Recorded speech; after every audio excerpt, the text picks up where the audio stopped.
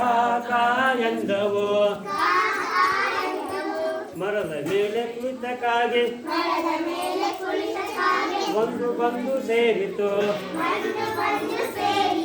ಈಗ ಮೂರು ಆದವು ಕಾಕ ಎಂದವು ಮನೆಗೆ ಹೋಗುತ್ತಿದ್ದ ಕಾಗೆ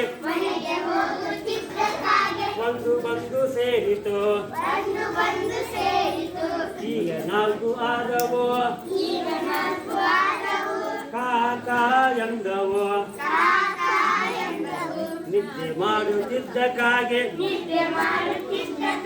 ಒಂದು ಬಂದು ಸೇರಿತು